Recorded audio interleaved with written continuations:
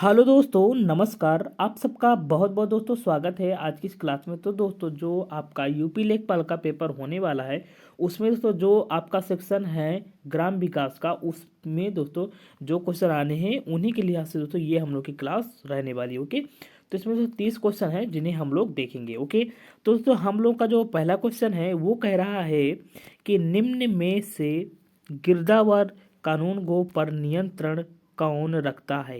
यानी कि दोस्तों कानून गो को ही हम गिरदावर कहते हैं। ओके, तो दोस्तों इसमें दोस्तों ऑप्शन ए कह रहा है सरपंच, बी ऑप्शन कह रहा है तहसीलदार, और सी ऑप्शन कह रहा है पटवारी, और डी ऑप्शन कह रहा है ग्राम विकास अधिकारी। ओके, तो इसमें दोस्तों हम लोग का जो करेक्ट आंसर होगा कि कौन गिरदावर या कानून के ऊपर नियंत्रण रखता है, तो वो दोस्तों होंगे तहसीलदार। ओके, तहसीलदार दोस्तों जो भू राजस्व से जुड़े मुकदमे हैं वो दोस्तों तहसीलदार ही सुनते हैं। ओके, और दोस्तों जो कानून को ये दोस्तों हम इन्हें राजस्व निरीक्षक कहते हैं। ओके, अब दोस्तों नेक्स्ट हम लोगों का अगला क्वेश्चन दोस्तों कह रहा है कि पटवार हल्के के रिकॉर्ड में तत्काल सुधार कौन करता है। ओके, इसमें दोस्तों हम लोगों का ऑप्शन ए कह रहा है सरपंच, और बी ऑप्शन कह रहा है तहसीलदार, और सी ऑप्शन कह रहा है पटवारी, और डी ऑप्शन कह रहा है ग्राम विकास अधिकारी। ओके, तो इसमें दोस्तों यानी कि जो तत्काल सुधार यानी कि जो पटवार या हलक होता है उसे दोस्तों हम लोग पटवारी ही कहते हैं। ओके, तो जो सुधार करते हैं वो हम लोग के पटवारी ही हो जाएंगे। ओके,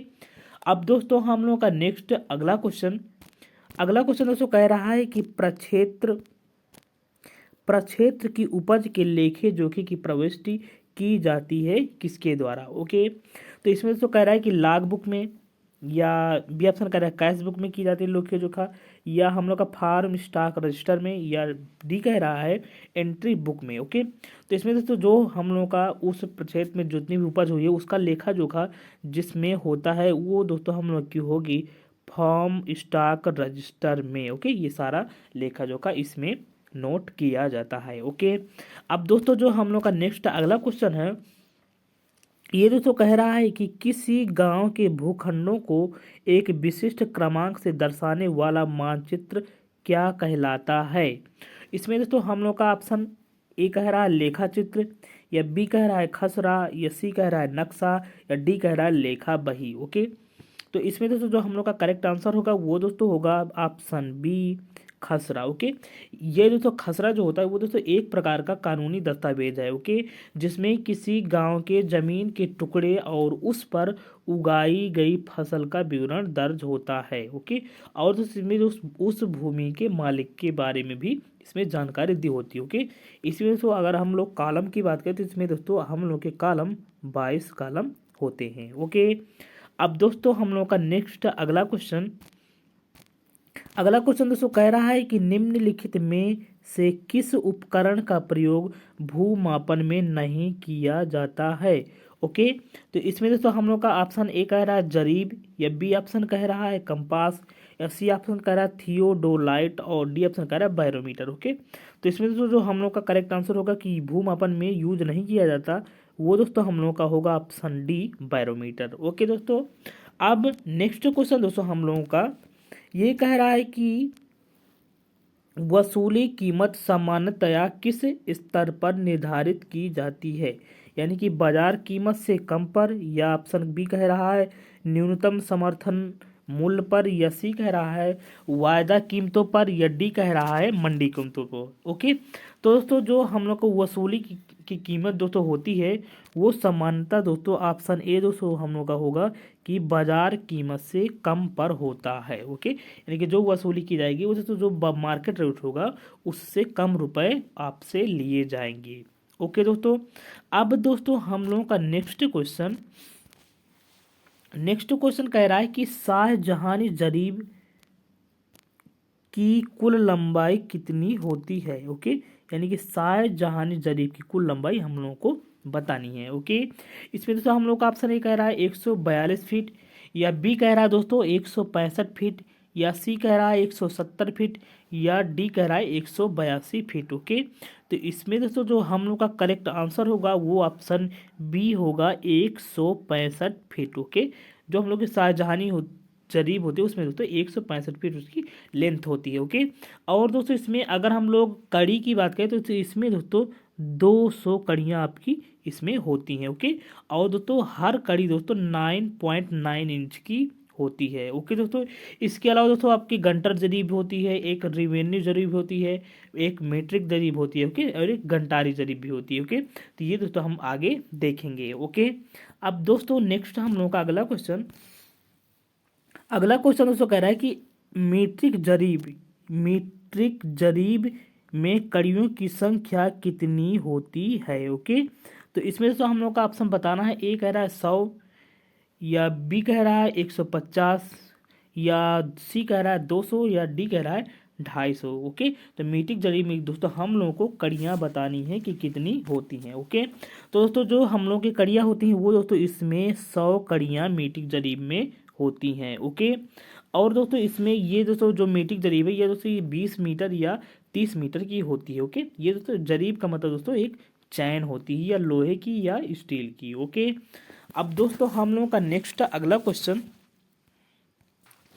दोस्तों 9वां क्वेश्चन दोस्तों कह रहा है कि भूमि पैमाइश का कार्य किस विभाग द्वारा किया जाता है। ओके, इसमें दोस्तों हम लोग का ऑप्शन का ए कह रहा है भू प्रबंध विभाग द्वारा, या बी कह रहा है चिकित्सा विभाग द्वारा, या सी कह रहा है राजस्व विभाग द्वारा, या डी कह रहा है शिक्षा विभाग द्वारा। ओके, तो इसमें दोस्तों जो हम लोग का करेक्ट आंसर होगा वो ऑप्शन सी होगा, राजस्व विभाग द्वारा। ओके, अब दोस्तों हम लोगों का नेक्स्ट अगला क्वेश्चन 10वां, ये दोस्तों कह रहा है कि उत्तर प्रदेश में भू क्षेत्रफल मापन की सबसे छोटी इकाई कौन सी है। ओके, इसमें तो ऑप्शन ए कह रहा है एकड़, या बी कह रहा है बीघा, या सी ऑप्शन कह रहा है बिस्वा, या डी कह रहा है विश्वांशी। ओके, तो इसमें से जो उत्तर प्रदेश में भू क्षेत्रफल मापन की सबसे छोटी इकाई दोस्तों है ऑप्शन के अनुसार वो दोस्तों है विश्वांशी। ओके, ओके तो दोस्तों जो हम लोग की विश्वांशी है उससे दोस्तों बिस्वा बनता है, और दोस्तों जो बिस्वा है उससे बीघा, और जो बीघा है उससे हम लोग का एकड़ बनता है। ओके, तो आगे दोस्तों हम लोग बात करेंगे कि ये कितने कितने के होते हैं। ओके, अब दोस्तों नेक्स्ट क्वेश्चन दोस्तों कह रहा है कि जमाबंदी की तैयारी की जाती है कितनी प्रतियों में। ओके, तो दोस्तों इसमें दोस्तों जो हम लोग को उपज पर एक प्रकार से दोस्तों जमाबंदी का मतलब होता है उपज पर टैक्स। ओके, तो दोस्तों ये कितनी प्रतियों में होता है, तो दोस्तों ऑप्शन ए कह रहा है 2 प्रति, या बी कह रहा है 4 प्रतियों में, या सी कह रहा है 6 प्रतियों में, और डी कह रहा है 8 प्रतियों में। ओके, तो दोस्तों इसमें जो जमाबंदी की तैयारी है तो वो दोस्तों हम लोग के 2 प्रतियों में होती है। ओके, एक दोस्तों हम लोग का लगान हो गया, और दूसरा दोस्तों मालगुजारी हो गया। ओके, अब दोस्तों हम लोग नेक्स्ट अगला क्वेश्चन दोस्तों 12वां दोस्तों कह रहा है कि एक गंतारी जरीब की लंबाई कितनी होती है। ऑप्शन दोस्तों ए कह रहा है 165 फीट, बी ऑप्शन कह रहा है 148 फीट, और सी ऑप्शन कह रहा है 132 फीट, और डी ऑप्शन दोस्तों कह रहा है 192 फीट। ओके, इसमें दोस्तों हम लोग का जो ऑप्शन हम लोग का करेक्ट होगा वो दोस्तों ऑप्शन सी होगा 132 फीट। ओके, यानी कि दोस्तों जो गंटारी जरीब है ये दोस्तों एक ब्रिटिश अधिकारी थे जिनका दोस्तों नाम ही गंटर था। ओके, उन्होंने दोस्तों इसका आविष्कार किया था। ओके, इसमें भी दोस्तों हम लोगों की 200 कड़ियाँ इसमें होती हैं। ओके, और दोस्तों जो प्रत्येक कड़ी है वो दोस्तों 7.92 इंच की होती है। ओके, अब दोस्तों अगर इस गंटारी जरीब द्वारा दोस्तों अगर हम लोगों का भूमि की पैमाइश की जाती है तो इसे दोस्तों हम लोग कैडस्ट्रल सर्वेक्षण कहते हैं। ओके दोस्तों, अब नेक्स्ट क्वेश्चन दोस्तों क्या कह रहा है कि एक बिस्वा कितने के बराबर होता है। ओके, इसमें तो ऑप्शन ए कह रहा है 5 विश्वांशी, या बी कह रहा है 10 विश्वांशी, या सी कह रहा है 20 विश्वांशी, और डी दोस्तों जो हम लोग का कह रहा है कि इनमें से कोई नहीं। ओके, तो दोस्तों इसमें दोस्तों जो हम लोग का करेक्ट आंसर होगा वो दोस्तों है कि हम लोग का एक विश्वा दोस्तों वो 20 विश्वांशी के बराबर होता है। ओके, और दोस्तों विश्वांशी की पहले भी दोस्तों कंचवासी होता है, ये भी दोस्तों एक कंच यानी कि 20 कंचवासी के बराबर दोस्तों हम लोग का विश्वांशी होता है। ओके, और दोस्तों जो कंचवासी है इसके पहले दोस्तों उनवासी होता है, तो दोस्तों हम लोग का 20 उनवासी बराबर एक कंचवासी होता है। ओके, और दोस्तों अगर हम उनवासी की बात करें वो दोस्तों 20 पनवासी के बराबर होता है। ओके, अब दोस्तों हम लोग का नेक्स्ट अगला क्वेश्चन दोस्तों कह रहा है कि निम्नलिखित में से कौन सी इकाई भूमापन के लिए नहीं है। ओके, इसमें दोस्तों हम लोग का ऑप्शन ए कह रहा है अंकनम, बी ऑप्शन दोस्तों कह रहा है एकड़, और सी ऑप्शन कह रहा है कैनाल, और डी ऑप्शन कह रहा है केल्विन। ओके, तो दोस्तों इसमें दोस्तों जो हम लोग का करेक्ट आंसर होगा वो दोस्तों ऑप्शन डी होगा केल्विन। ओके, केल्विन दोस्तों आप लोग को पता होगा कि ये दोस्तों टेम्परेचर की एक इकाई है। ओके, अब दोस्तों नेक्स्ट अगला क्वेश्चन दोस्तों कह रहा है कि निम्नलिखित में से कौन सी इकाई लंबाई मापन के लिए नहीं है। ओके, इसमें भी दोस्तों ऑप्शन ए कह रहा है पोल, बी ऑप्शन कह रहा है करम, और सी ऑप्शन कह रहा है जरीब, और डी ऑप्शन कह रहा है रूड। ओके, दोस्तों ये दोस्तों जो रूड है ये दोस्तों हम लोगों का लंबाई की मापन की इकाई बिल्कुल नहीं है। ओके, अब दोस्तों हम लोग का नेक्स्ट अगला क्वेश्चन दोस्तों कह रहा है कि वर्तमान में आयोजित पटवारियों की भर्ती पहले किसके द्वारा की जाती थी।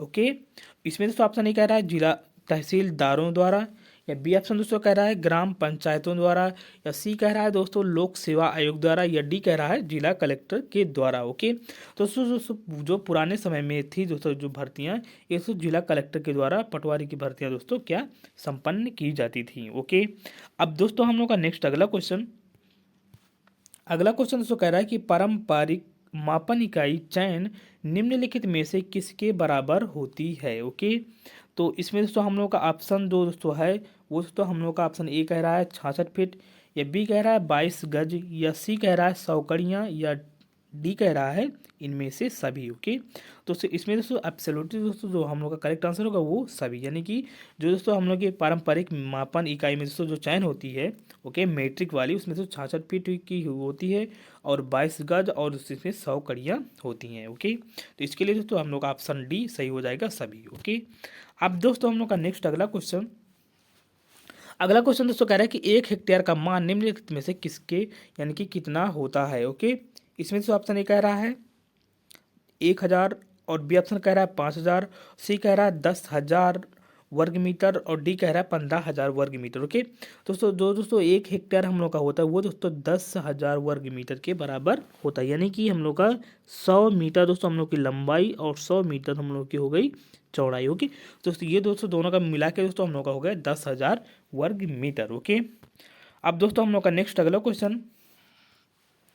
क्वेश्चन दोस्तों कह रहा है कि निम्नलिखित में से कौन सा 1 एकड़ के बराबर होता है। ओके, ऑप्शन दोस्तों से ए कह रहा है कि 48-40 वर्ग गज, या दोस्तों बी ऑप्शन कह रहा है 0.4047 हेक्टेयर, या दोस्तों सी कह रहा है कि 4046.8 वर्ग मीटर, या डी दोस्तों ऑप्शन कह रहा है इनमें से सभी। ओके, तो इसमें दोस्तों हम लोग का जो करेक्ट आंसर होगा वो दोस्तों हम लोग का ये सभी आंसर दोस्तों हम लोग के करेक्ट हैं। ओके, 1 एकड़ के बराबर के लिहाज से। ओके, अब दोस्तों हम लोग का नेक्स्ट दोस्तों अगला क्वेश्चन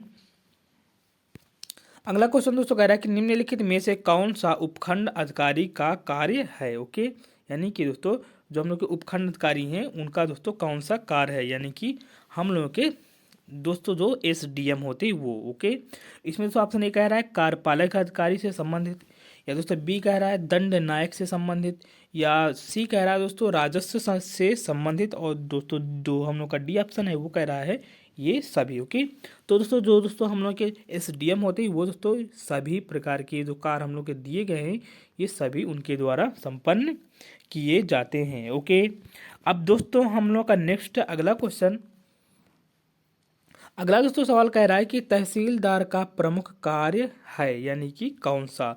ऑप्शन दोस्तों ए कह रहा है ऋण वितरण का, या बी दोस्तों ऑप्शन कह रहा है जनगणना तथा राशन वितरण, या सी दोस्तों ऑप्शन कह रहा है भू राजस्व प्रशासन का संचालन, या डी दोस्तों हम लोग का कह रहा है इनमें से सभी, यानी कि ये सभी। ओके, तो इसमें दोस्तों जो हम लोग का करेक्ट आंसर हो जाएगा वो दोस्तों है भू राजस्व प्रशासन का संचालन का कार्य दोस्तों ये तहसीलदार के द्वारा किया जाता है। ओके, हम लोग का दोस्तों जो ये सभी ये नहीं सही होगा। ओके, अब दोस्तों हम लोग का नेक्स्ट अगला क्वेश्चन दोस्तों कह रहे हैं कि राजस्व प्रशासन का निम्नतम पद कौन सा है। ओके, ऑप्शन दोस्तों ये कह रहा है तहसीलदार का, बी ऑप्शन दोस्तों कह रहा है भू अभिलेख निरीक्षक का, और सी ऑप्शन दोस्तों कह रहा है कानून गो का, और डी ऑप्शन कह रहा है पटवारी। ओके, तो राजस्व प्रशासन में दोस्तों जो सबसे लास्ट पद होता है, अंतिम या निम्न पद होता है वो दोस्तों हम लोग का है पटवारी का। ओके, अब दोस्तों हम लोग का नेक्स्ट अगला क्वेश्चन अगला क्वेश्चन दोस्तों कह रहा है कि निम्नलिखित में से कौन भारतीय प्रशासन का मेरुदंड माना जाता है। ओके, तो सही इसमें दोस्तों ऑप्शन ए कह रहा है मेयर, बी ऑप्शन कह रहा है विकास अधिकारी, सी ऑप्शन कह रहा है जिला कलेक्टर और डी दोस्तों ऑप्शन कह रहा है तहसीलदार। ओके, इसमें से जो हम लोग का भारतीय प्रशासन का मेरुदंड माना जाता है वो दोस्तों हम लोग का ऑप्शन सी होगा, जिला कलेक्टर। ओके, अब दोस्तों नेक्स्ट हम लोग का अगला क्वेश्चन दोस्तों कह रहा है कि जिला स्तर पर मुख्य चुनाव अधिकारी के रूप में जिलाधीश क्या कहलाते हैं। जो दोस्तों हम लोग के कलेक्टर हैं वो दोस्तों जब हम लोग का इलेक्शन के टाइम में वो कौन से अधिकारी की कार्य करेंगे। ओके, यानी कि किसके नाम से जाने जाएंगे। ओके, तो वो दोस्तों हम लोग का ऑप्शन बी होगा, रिटर्निंग ऑफिसर के नाम से। ओके, अब दोस्तों नेक्स्ट अगला क्वेश्चन दोस्तों कह रहा है कि शांति भंग या कर्फ्यू धारा 144 यहाँ पे दोस्तों 114 यहाँ पे 4 होगा। ओके, यानी कि दोस्तों ये हम लोग का 11 नहीं 144 होगा। ओके, तो इसमें दोस्तों आदि से सर्वाधिक संबंधित होता है, तो इसमें दोस्तों ऑप्शन ए कह रहा है राज्य प्रशासन, या बी दोस्तों कह रहा है जिला प्रशासन, या सी दोस्तों कह रहा है नगर प्रशासन, या दोस्तों डी कह रहा है संघ सरकार। ओके, इसमें दोस्तों जो हम लोग का करेक्ट आंसर होगा वो ऑप्शन बी होगा, जिला प्रशासन। ओके, ये दोस्तों कार्य जिला प्रशासन से संबंधित होता है। ओके, अब दोस्तों नेक्स्ट हम लोग का अगला क्वेश्चन दोस्तों कह रहा है कि निम्नलिखित में से कौन राज्य और जिले के बीच समन्वय का कार्य करता है या होता है। ओके, इसमें दोस्तों जो हम लोग का ऑप्शन ए कह रहा है राजकोष अधिकारी, या बी दोस्तों कह रहा है तहसीलदार, या सी कह रहा है दोस्तों जिलाधीश, या डी दोस्तों कह रहा है उप जिलाधीश। ओके, इसमें दोस्तों हम लोग का ऑप्शन सी करेक्ट हो जाएगा, जिलाधीश। यानी कि दोस्तों जो डीएम है या दोस्तों जो हम लोग के जिलाधिकारी हैं वो केंद्र जो हम लोग का राज्य है और जिला इसके बीच में दोस्तों ये समन्वय का काम करते हैं। ओके, यानी कि एक दूसरे का जोड़ने का काम। ओके, अब दोस्तों नेक्स्ट हम लोग का अगला क्वेश्चन दोस्तों कह रहा है कि ग्राम विकास विभाग की स्थापना कब हुई थी।